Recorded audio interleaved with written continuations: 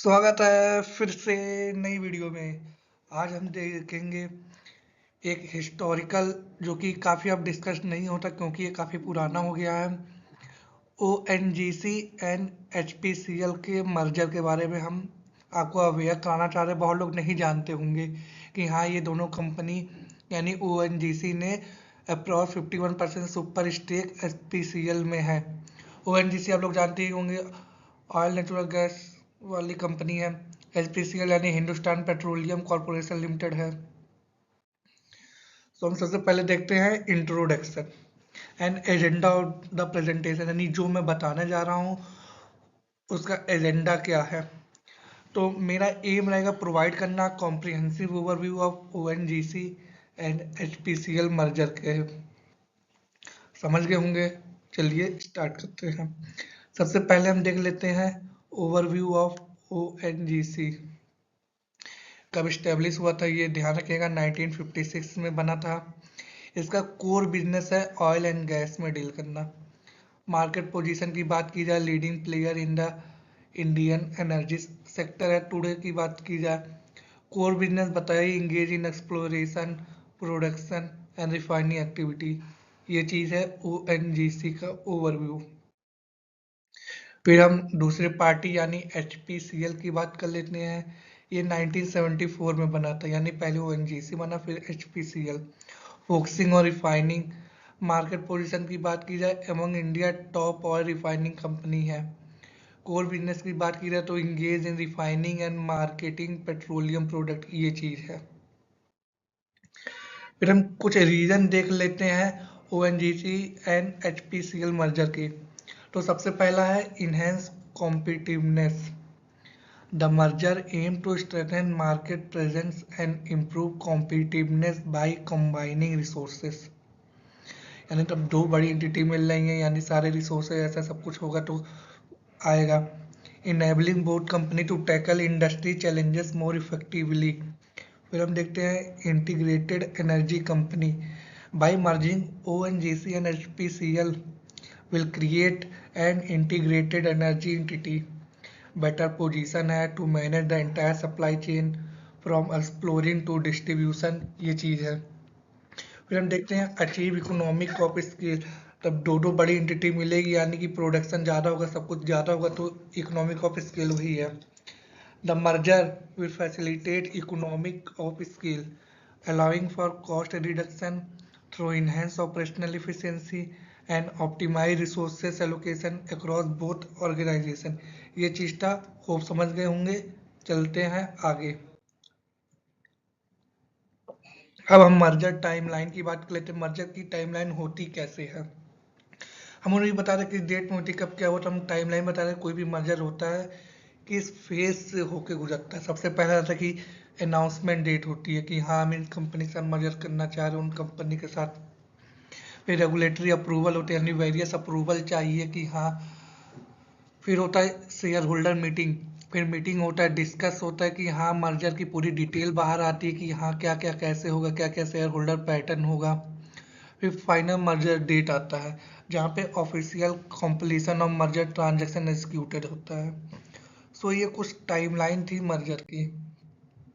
फिर हम financial overview की बात की जाए तो O N G C reported a revenue of 1 lakh crore plus, showcasing its strong standing in the oil and natural gas sector with consistent growth over the year। ये है। बात की जाए प्रॉफिट की तो H P C L achieve a profit of 8,000 crore plus, reflecting its efficient operation and robust market presence, which complemented ONGC financial strength in the merger context। ये चीज़ है। फिर हम पोस्ट मर्जर फाइनेंशियल ओवरव्यू देख लेते हैं, यानी मर्जर होने के बाद। The combined revenue forecast for the merger entity is projected to exceed 1.5 lakh crore, reflecting the enhanced market presence and operational efficiency। Profit की बात की जाए, the merger is expected to yield a significant boost in profit with projection suggestion an increase of 30% in net income within the first 3 year post merger। Cost saving की बात की जाए तो anticipated cost saving है। Operational synergies होगा में reaches 5,000 crore annually, driven by streamlined processes and reduce redundancy across combined organization। यानी synergies आ सकती है, मतलब कि कम स्टाफ में ज़्यादा काम हो सकता है, उनके कुछ एम्प्लॉय हमने कर लिया है कहीं कहीं पे। तो इस तरीके का है पूरा। होप आप समझ गए होंगे। कोई भी कमेंट हो तो बताइएगा, कोई भी अगर दिक्कत हो सॉरी कमेंट सेक्शन में बताइएगा। तब तक हम आगे देखते हैं क्या चीज़ है। फिर है legal and regulatory approval for the merger, यानी the merger approval from the competition commission of India, competition commission of India यानी CCI and various government board before completion, ये चीज़ है। और बता दूं ये हुआ था लगभग 30 जनवरी 2018 को हुआ था, और बहुत बड़ी डील थी वो उस समय की, लगभग 36,915 करोड़, यानी लगभग 37,000 करोड़ अप्रोक्स था। फिर हम strategies benefit of the merger देख लेते हैं। तो merger facilitate seamless integration of upstream and downstream operation, ensuring efficiency processes and improve collaboration across all sectors of the energy supply chain। फिर enhance research and development देख लेते हैं। Partnership हो गया, greater investment in research and development, fostering innovation and technology and sustainable practices. So ये था overall, यहाँ पे लिखा आप पढ़ लीजिएगा एक बार। फिर देखते हैं इंक्रीज मार्केट शेयर। जब दो बड़ी एंटिटी मिलती हैं तो ऑटोमेटिक की बात है कि यहाँ मार्केट शेयर बढ़ जाएगा। पहले कंपटीशन थे, अब साथ में मिलकर काम करेंगे यानी मार्केट शेयर उनका भी आ गया। बेटर कैपिटल एलोकेशन हो गया, यानी कि पहले हम अपने ही फोकस करते थे, अब अलग अलग जगह कैपिटल एलोकेशन होगा, प्रेशर कम होगा और रिस्क मिटिगेशन होगा, ऑपरेशनल इफिशियंसी बढ़ेगी। ये सब कुछ है यहाँ पर लिखकर पढ़ लीजिएगा। होप आपको समझ आ गया होगा। फिर हम चैलेंजेस एंड कंसर्न की बात कर लेते हैं। तो culture integration, merging two distinct corporation culture can lead to conflict and misunderstanding, requiring careful management and open communication to ensure a smooth transition and employee satisfaction। Culture integration वही है कि पहले ONGC मान के चलिए कहीं कहीं नहीं काम कर रही थी, इंडिया पूरे काम करती है, मान के किसी स्टेट नहीं कर रही थी, वहाँ पे HPCL करा था। तो कल्चरल डिफरेंसेस हर जगह की बात है, ये चैलेंजेस हर इंडस्ट्री में है, इसे ओवरकम किया जा सकता है। रेगुलेटरी रिस्क है, यानी इन्वायरमेंटल क्रिटिकल माना जाता है, कंप्लायंस जल्दी से कोई हो नहीं पाता, यानी कोई प्रोसीडिंग नहीं हो पाती क्योंकि इन्वायरमेंटल में काफ़ी डिले आते हैं।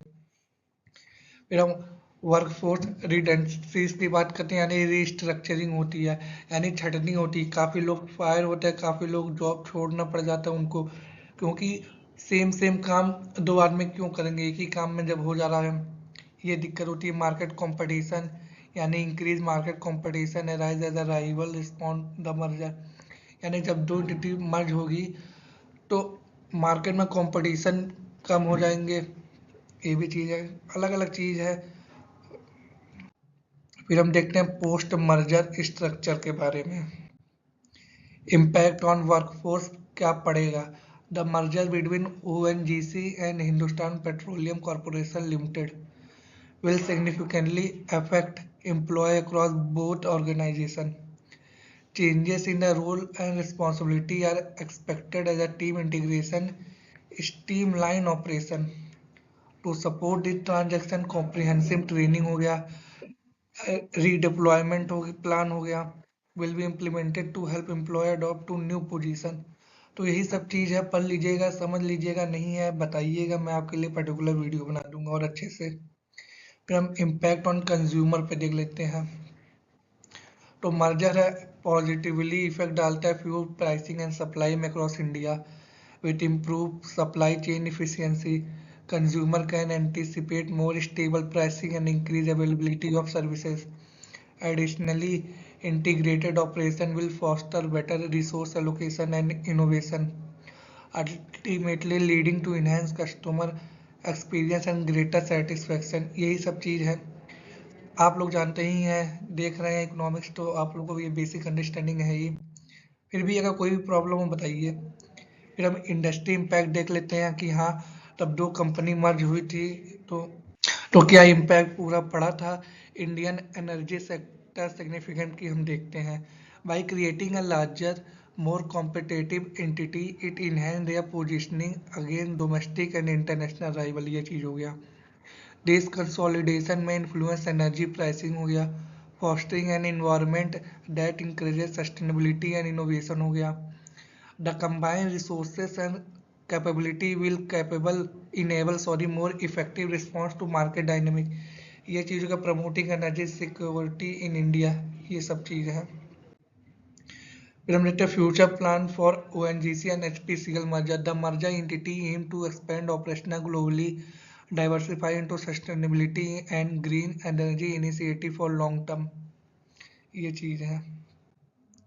फिर हम समरी देख लेते हैं पूरा क्या इस प्रेजेंटेशन में जो मैंने बताया, यानी ONGC and HPCL merger represent a significant consolidation हुआ था एनर्जी सेक्टर में, यानी काफ़ी एक करके बना गया था, यानी अलग अलग क्या ही देखा जाए, दो पब्लिक सेक्टर है उनको कंसोलिडेटेड किया गया था। Aim to enhance competitiveness and creating and integrating entity.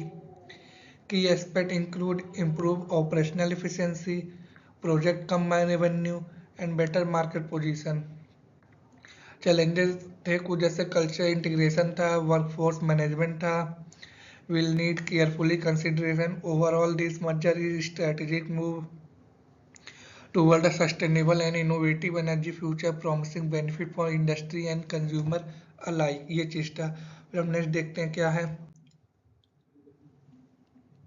Question and discussion your thought matter.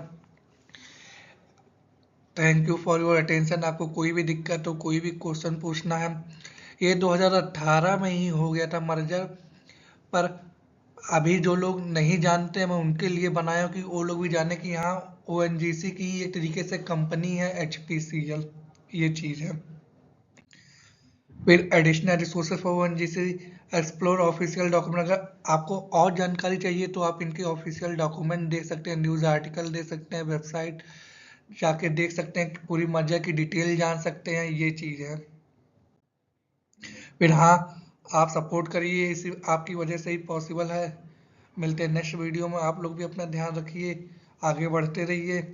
मिलते हैं किसी और टॉपिक के साथ, जब तक के लिए टेक केयर।